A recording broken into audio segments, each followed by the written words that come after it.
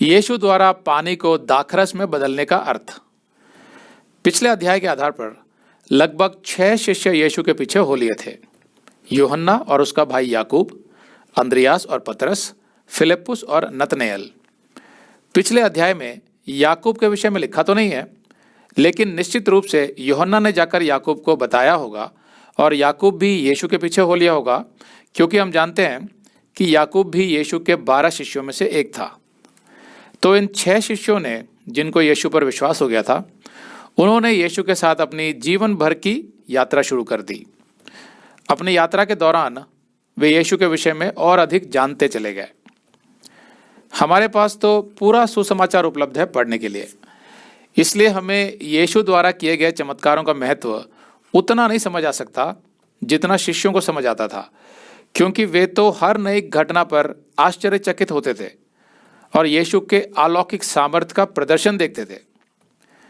इस अध्याय की शुरुआत भी यीशु के एक अद्भुत चमत्कार से हुई, जिसको देखकर यीशु के नए नए बने शिष्यों के विश्वास में बहुत बढ़ोतरी हुई।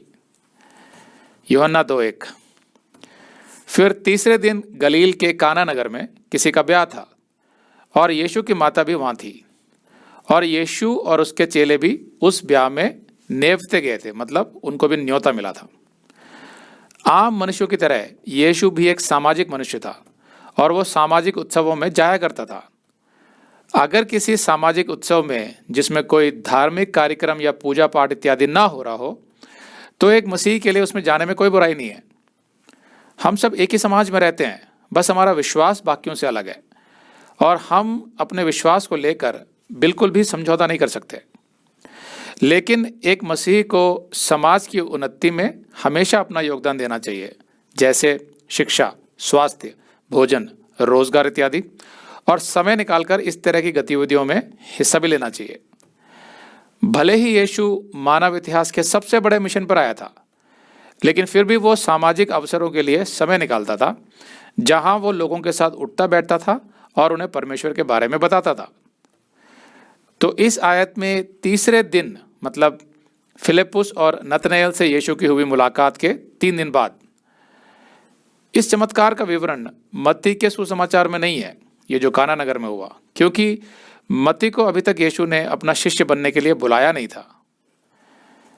यहां पर यीशु का जो चमत्कार दर्ज है वो कुल मिलाकर यीशु के 35 चमत्कारों में से एक है, जो चारों सुसमाचारों में मिलाकर लिखे गए हैं। हम देखेंगे कि यीशु के यहाँ पर 3 रोल थे।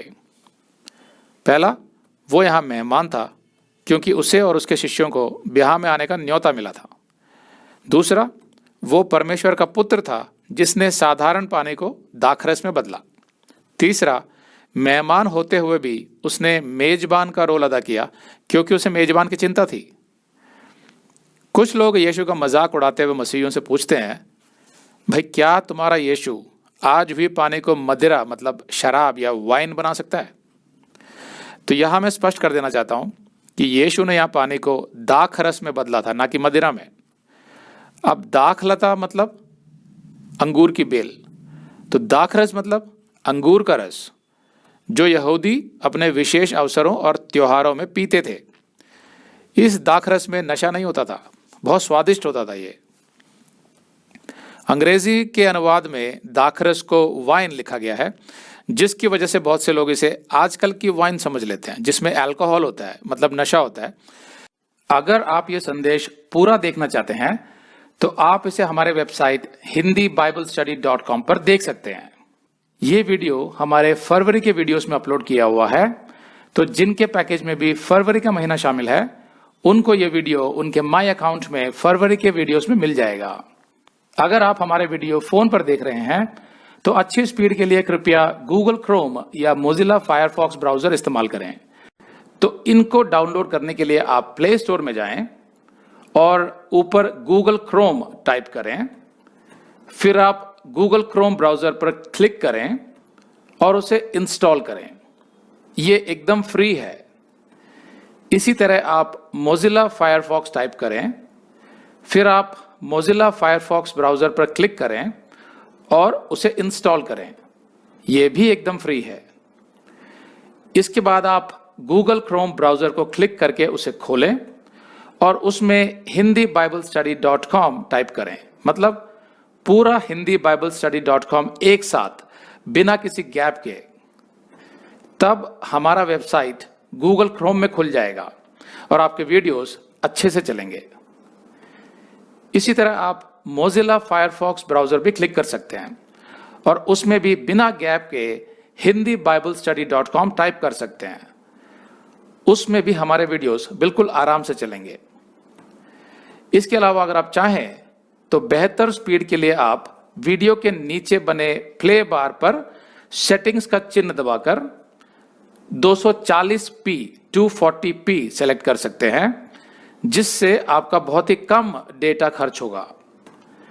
240 सेलेक्ट करने के बाद आप वीडियो के बाहर कहीं भी क्लिक कर दीजिए, फिर वीडियो को पीछे ले जाकर शुरू से देखिए।